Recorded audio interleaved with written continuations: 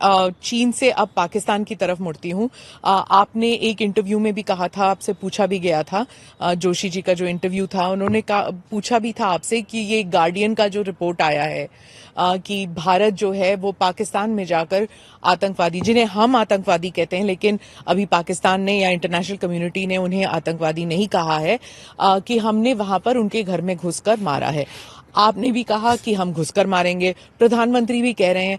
तो इससे क्या हो रहा है कि सभी पत्रकार हो जाएं या फिर इंटरनेशनल एजेंसीज वो कह रहे हैं कि पुष्टिकरण हो गई है स्टोरी की। मैं पाकिस्तान से यही अपेक्षा करता हूं कि आतंकवाद का सहारा लेकर यदि वह भारत को डिस्टेबलाइज करने की, अस्थिर करने की कोशिश करेंगे तो इसका खामियाजा भुगतना पड़ेगा।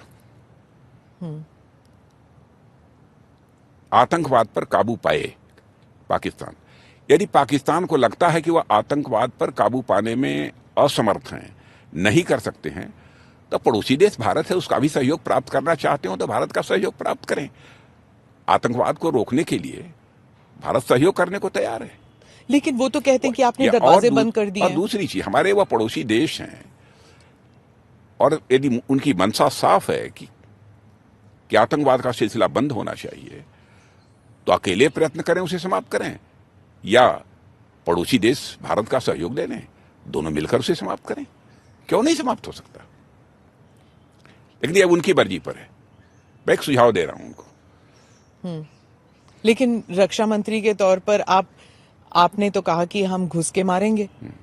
देखिए, आतंकवादियों को कम से कम यहां पर इस प्रकार की हरकत करने की इजाजत हम नहीं देंगे। भारत सीमा के अंदर या बांध कर चलिए, चाहे उसके लिए जो भी करना पड़ेगा हम करेंगे, और सीमा पार भी।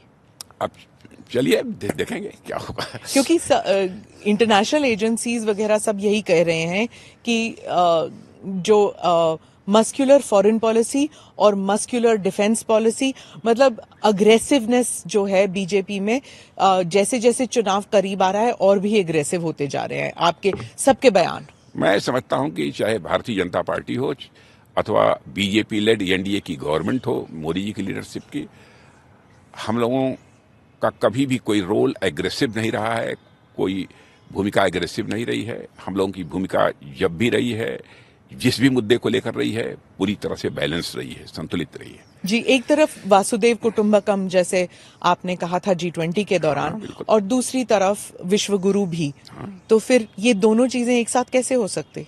क्यों? वसुधैव कुटुंबकम, वसुधैव कुटुंब, the whole world is a family. पूरा विश्व है, हमारा परिवार है, हम परिवार मानते हैं। और विश्व गुरु तो फिर वो मस्कुलर वाली बात आ अरे, गई। ज्ञान विज्ञान के मामले में भारत पहले जिस ऊंचाई पर था, भारत को हम उसी ऊंचाई पर ले जाना चाहते हैं। विश्व गुरु का यह मतलब यह होता है कि केवल अपना कल्याण करना, यह नहीं मतलब होता है, बल्कि हमारे पास जो भी ज्ञान और विज्ञान है उससे सारा विश्व लाभान्वित हो, जिस विश्व को हम अपना परिवार मानते हैं। उद्देश्य यही होता है। एक और बात जो अब रह गई है वो है पीओके की बात। वो भी आपके एजेंडा में है भारतीय जनता पार्टी में? एजेंडा वगैरह ऐसा नहीं, लेकिन पता नहीं, मैं व्यक्तिगत रूप से मैं कह सकता हूं, मैं व्यक्तिगत रूप से आश्वस्त हूं कि कश्मीर में जिस तरीके से हालात बदल रहे हैं, सामान्य हो रहे हैं, और कश्मीर जिस तरीके से विकास की राह पर आगे बढ़ चला है, इस संभावना को नकारा नहीं जा सकता है कि पीओके में रहने वाले लोग यह कहेंगे कि जल्दी से जल्दी हमको भी भारत में मर्ज कर दिया जाए, हम मर्ज होना चाहते हैं।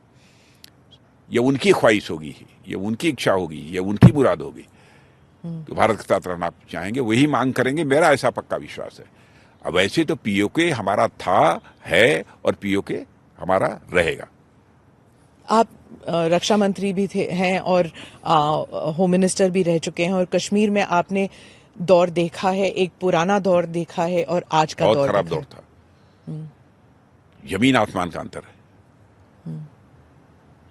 और उस समय मैं जाता था बहुत सारे गृहमंत्री के रूप में भी लोगों से, क्योंकि उस समय सरकार थी मिलीजुली पीडीपी के साथ, लोगों से भी बहुत कोशिश की गई बातचीत करने की, ताकि ये सब सारी गतिविधियां बंद हों, अलगाववाद का रास्ता लोग छोड़ें। लेकिन उसमें बात नहीं समझ में आ रही थी, लेकिन धारा 370 समाप्त होते ही बात समझ में आ गई। और उससे पहले का भी एक और दौर फिर था। अब इस समय कश्मीर अपनी विकास की राह पर आगे बढ़ चला है। लोग ये महसूस करते हैं वहां पर शांति है, अमन अमान का माहौल है। मैं राजनीति पर वापस आ जाती हूँ।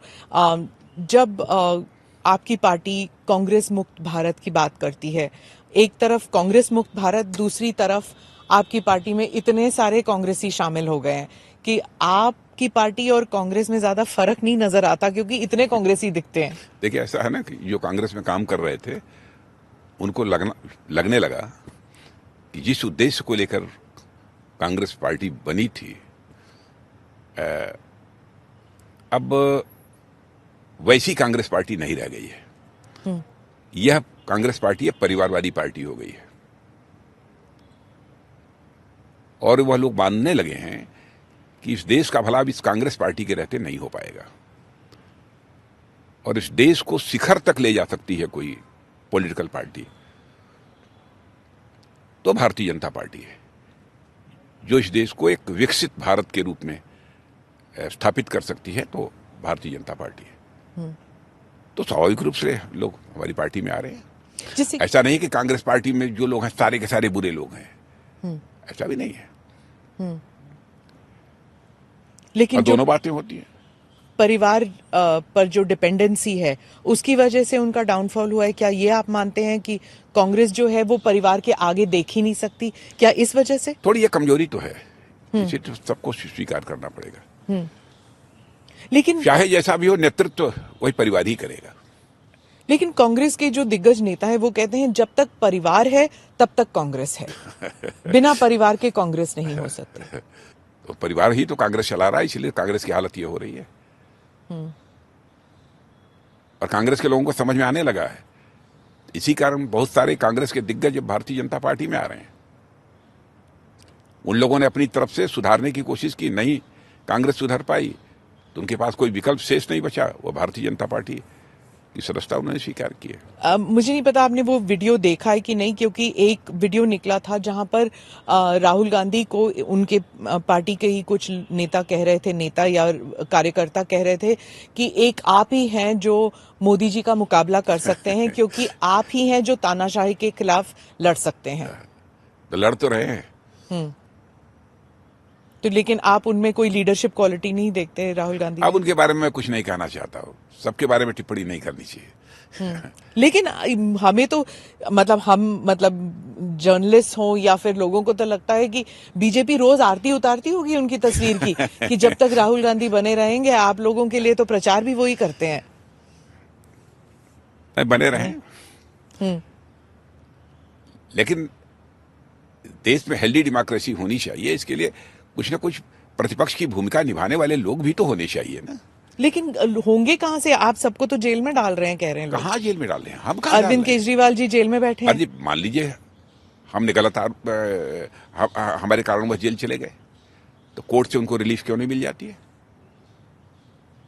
कोर्ट को भी कब्जे में ले लिया है हम लोगों ने। क्या कहना चाहते हैं? प्रतिपक्ष तो वही कह रहा है कि सारी जो संस्थाएं हैं उनको आपने अब तक तो वो निराधार बन गए हैं। ये बोलकर हिम्मत कर लें कि अदालत को भी कब्जे में ले लिया है भारतीय जनता पार्टी ने। ऐसा संभव है? टीएमसी जो है या आम आदमी पार्टी सभी कह रहे हैं कि आप डरा के रखते हैं, ईडी, आईटी, इनकम टैक्स हो जाए सबको। मैं कहता हूं कि ईडी, आईबी, सीबीआई, ये सब सारे अपने काम सारी एजेंसी जो है कर रही है। भारत को भ्रष्टाचार मुक्त करना है, ये हमारे प्रधानमंत्री का संकल्प है। यदि सारी एजेंसी काम कर रही हैं, उनको लगता है कि एजेंसीज ने गलत तरीके से उन्हें फंसाया है, निराधार आरोपों के आधार पर उनको फंसाकर जो है जेल में डाला है, तो अदालत में तो उनको अदालत से संरक्षण प्राप्त हो सकता है। राजा जी, अदालत से राहत मिल रही है इतने साल तक, मतलब मिलियंस ऑफ केसेस। यदि संजय सिंह की जमानत हो सकती है तो उनकी जमानत क्यों नहीं हो रही है? अरविंद केजरीवाल की? मैंने अरविंद केजरीवाल की है, उसके पहले भी जो लोग भी जेल में बंद हैं, मनीष सिसोदिया वगैरह सबकी मैं कह रहा हूँ, क्यों नहीं हो रही? कविता जी भी जेल में है। कविता जी भी जेल में। तो फिर लड़ेगा कौन आपके खिलाफ? भाई न्यायालय पर भी लगता है उनका विश्वास नहीं रह गया क्या? न्यायालय का जो भी फैसला होगा हमारे खिलाफ होगा, स्वीकार करेंगे हम। इसीलिए तो डर के मारे सभी आपकी पार्टी में आ रहे हैं, क्योंकि अगर आपकी पार्टी में आए तो फिर वॉशिंग मशीन, यही तो सब कह रहे कोई हैं। वॉशिंग मशीन नहीं है। एजेंसी को जो अपना काम करना है, एजेंसी अपना काम करेंगी।